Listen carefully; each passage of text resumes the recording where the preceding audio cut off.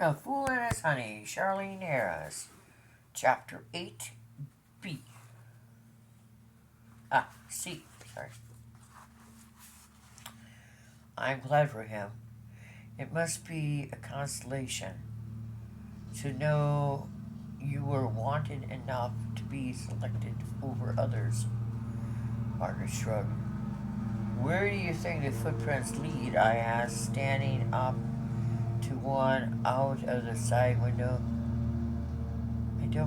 I hadn't wanted to frighten Margaret, but it would have been wrong to ask her to come over because I was anxious without telling her why.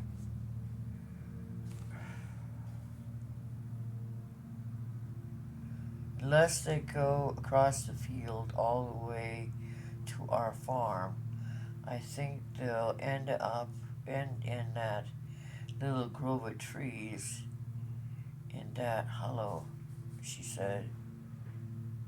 She'd gotten up, and Hayden propped Holloway.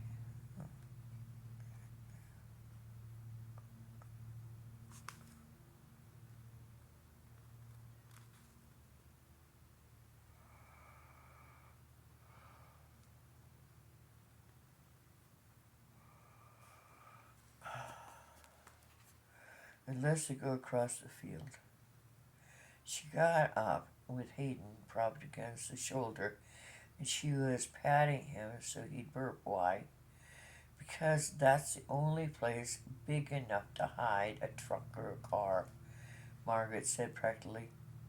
I hadn't thought about it, but if a prowler didn't want to freeze his boots off, he'd have to have come in a vehicle, and that vehicle would have had to be parked somewhere unobtrusively. My neighbor was right, so how did the car in there? If the car was one, get to the grove. There's a little turnoff from the highway there, and a dirt lane runs behind the field. Oh, I said lamely. Margaret knew her local geography. Is that your land? There's a boundary between the farms. Regina could walk from there and back to the house every day. I guess she was exercising because she was pregnant. And you really didn't suspect? Margaret looked embarrassed. I never said I didn't know exactly. I guess I did think she was expecting, but I had no idea.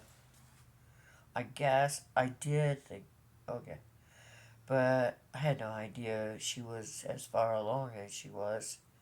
Margaret wrinkled her classic nose. I guess now I should have asked her about it, but I didn't think it was my place or my business. The past 3 months I didn't see her to talk to that often. Where should I put the baby? Hayden had fallen asleep. I'll carry him up. Margaret eased the baby over to me, and I carefully navigated the stairs with his heavy little body clutched to my chest. My guest had helped herself to another cup of coffee by the time I came back down. She was looking out the window of the living room, and I joined her. The grandpappy's dark green Dodge pickup was parked to one side of the front door, and we stood side by side contemplating it. Margaret was about 8 inches taller than I and broad shouldered, but there was an air of fairness or fertility. Fertility.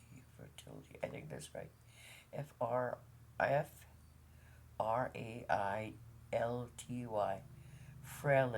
Frailty about it means that she's getting older and frailer, littler, tinier, wiry.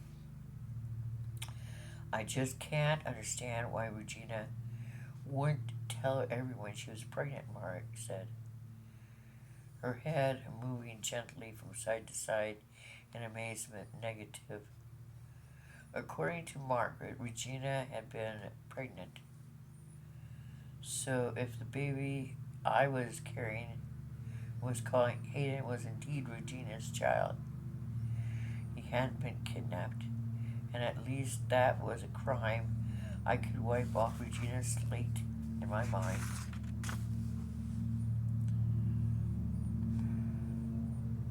Why indeed, I murmured mostly to myself. The only reason I could think of. Oh, ew. No, I winced. You had a thought? Margaret asked. You look like you just ate a lemon. What if she didn't plan to keep the baby?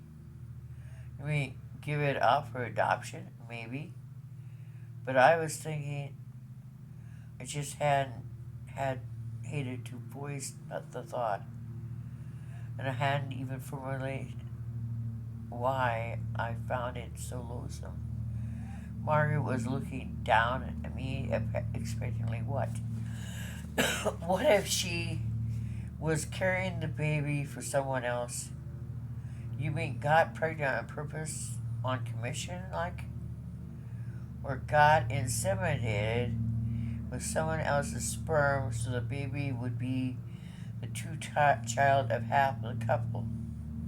At least Margaret seemed to be able to follow my sometimes fractured thinking, perhaps. She said, nodding. You may have something there, Aurora, she said. But I find it makes me think much less of Regina. That she would explore someone's infertility for her own support. She began to clear the few dishes off the table, and I began running hot water to wash dishes. As we washed and rinsed and dried, Margaret told me about an art exhibit she and Luke had driven into Pittsburgh to see the week before. But I was still thinking of Regina. End of chapter 8.